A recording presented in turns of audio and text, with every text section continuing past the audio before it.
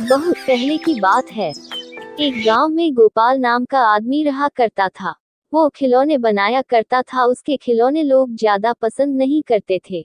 गोपाल रोज नए खिलौने बनाता और बाजार जाकर खिलौने बेचता, मगर बड़ी मुश्किल से गोपाल एक खिलौना बेच पाता था। गोपाल का पड़ोसी जीवन उसके पास आकर कहा, अरे गोपाल, आज तो तुम्हारे खिलौने वैसे के वैसे ही है। हाँ जीवन भाई, मेरे खिलौने बिक ही नहीं रहे हैं। अरे गोपाल भाई, मैंने ही तुम्हारे खिलौने ले लिए होते, मगर मेरा धंधा आज कुछ खास नहीं चला, नहीं तो मैं तुमसे खिलौने जरूर खरीद लेता।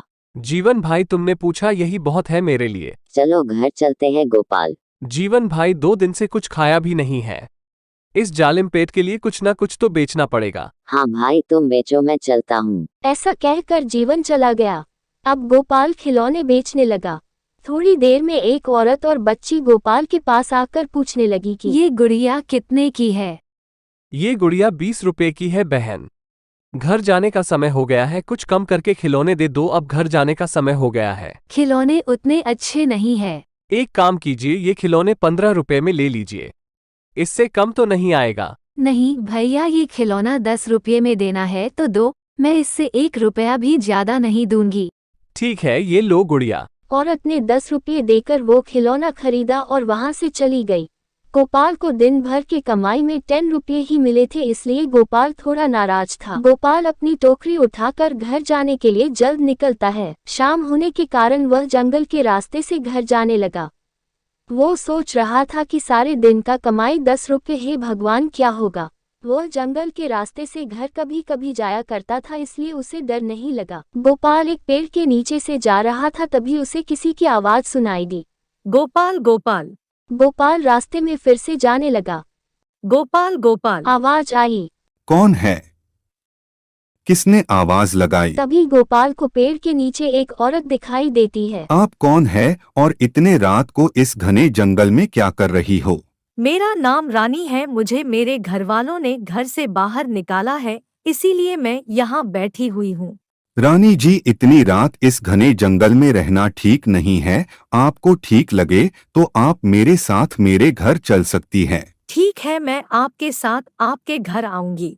ऐसा कहकर रानी उसके पीछे पीछे उसके घर जाने लगी। गोपाल को पता ही नहीं था जिसे वह घर लेकर जा रहा था वह एक चुड़ैल है। कुछ समय बाद गोपाल रानी को लेकर घर चला गया। मेरे इस छोटी सी कुटिया में आप जहाँ चाहे वहाँ रह सकती हैं। इस घर में कुछ भी नहीं है। मैं आपको खाना भी नहीं दे सकता, क्योंकि 2 दिन से मेरा एक भी खिलौना नहीं बिका। सिर्फ एक ही खिलौना बिका है, उस 10 रुपए से चने लेकर आया हूँ। ऐसा कहकर रानी और गोपाल चने खाकर सो जाते हैं।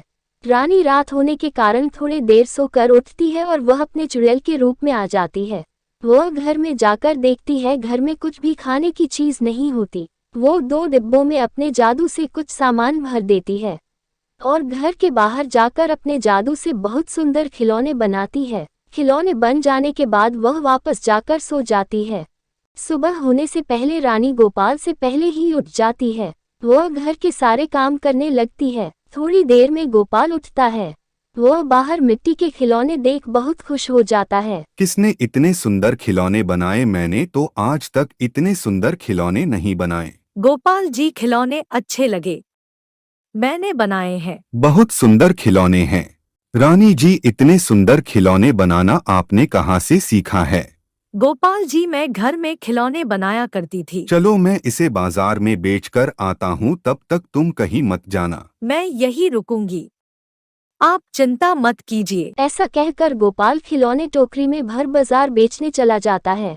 बाजार जाते ही उसके टोकरी में इतने सुंदर खिलौने देखकर लोग आश्चर्यचकित हो जाते हैं और उसके पास लोग आकर खिलौने खरीदने लगते हैं। उस दिन गोपाल अच्छी कमाई कर लेता है। घर लौटते समय गोपाल कुछ राशन खरीदने लगता है। घर पर आते ही गोपाल रानी को राशन देता है। पर घर में कुछ राशन था तो मैंने उससे खाना बना लिया। गोपाल सोचने लगता है कि घर पर तो खाने को कुछ भी नहीं था। रानी गोपाल को ले जाकर डिब्बे में राशन दिखाती है। आप हाथ मुंह धो लीजिए, मैं खाना लगा देती हूँ। गोपाल खाना खाकर रानी के खाने की काफी तारीफ करता है। गोपाल के खाने के बाद रानी खाना खा लेती है। जीवन सुबह बाजार में गोपाल को नए नए खिलौने लाता देखकर कहता है, इतने सुंदर खिलौने गोपाल कहाँ से लाता है, जरूर दाल में कुछ काला है। और वह सोचने लगता है, और सोचता है कि इस बात का पता करना पड़ेगा। जीवन रात में गोपाल के घर के बाहर सो जाता है। आधी रात में जीवन को कुछ शब्द सुनाई देते हैं। जीवन गोपाल के घर में खिड़की से झांक कर देखता है कि एक चुड़ैल अपने जादू से नए नए खिलौने बना रही है। जीवन डर जाता है और वहां से भागकर अपने घर चला जाता है। सुबह वह देखता है कि गोपाल सुंदर खिलौने लेकर बाजार जा रहा है। जीवन गांव के सरपंच को सब कुछ बता देता है। सरपंच और गांव के लोग शिव बाबा के पास जाकर उस चुड़ैल के बारे में सब कुछ बता देते हैं। बाबा सबको लेकर गोपाल के घर जाते हैं और उस औरत को कहते हैं कि तुम कौन हो बताओ। वह औरत कहती है, मेरे ऊपर एक चुड़ैल का साया है। जिस दिन मेरी शादी होगी वह चुड़ैल मेरा शरीर त्याग देगी और मैं उस चुड़ैल से आजाद हो। बाबा और गांव के लोग उस औरत का विवाह गोपाल से कर देते हैं और वह औरत चुड़ैल की साया से आजाद हो जाती है और वो दोनों खुशी खुशी जीवन व्यतीत करने लगते।